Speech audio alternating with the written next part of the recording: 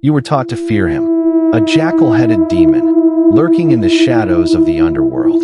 That is a lie. Anubis was not a monster. He was the last and only protector standing between your soul and eternal oblivion. Tonight, we uncover the true role of the god the pharaohs feared to disrespect and begged, in their final hour, to serve.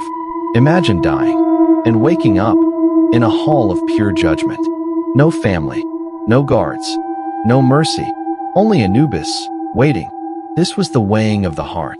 The Egyptians believed your heart held the memory of every sin, every lie, every cruelty. Anubis placed it on one side of the scale. On the other, the feather of Maat, goddess of truth, of cosmic order. If your heart was heavier than a single feather, you were not sent to hell. You were erased, devoured by Ammit, the beast who ate hearts and swallowed souls whole. No afterlife, no rebirth, no memory that you ever existed. This was true death, and Anubis was the one who decided your fate.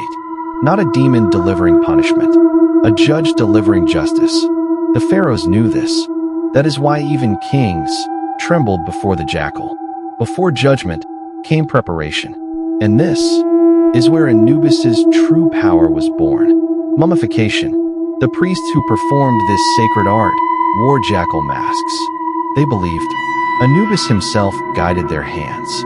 Every organ removed, every cavity packed with salt and resin, every incision sealed with sacred oils.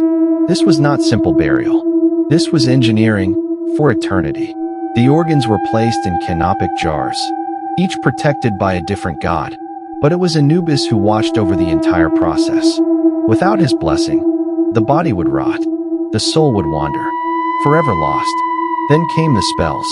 The Book of the Dead was not fiction. It was a survival manual, a guide, whispered to navigate the traps of the underworld. Because the journey to judgment was not safe. Demons lurked in every passage. And only those who carried Anubis's protection survived long enough to be judged at all. Here is the truth most people never learn. Anubis was not a lesser god. Before Osiris rose to power, Anubis ruled the underworld alone. He was the original king of the dead, the first protector. And even after Osiris took the throne, Anubis kept the one job no other god wanted. He guarded the embalming tent. He guarded the tombs. He guarded the scale of judgment itself. Pharaohs, rulers of the known world, feared no man. But they feared Anubis. Because gold could not bribe him. Armies could not threaten him. Not even a king's crown meant anything on his scale. He was the one god status could not corrupt.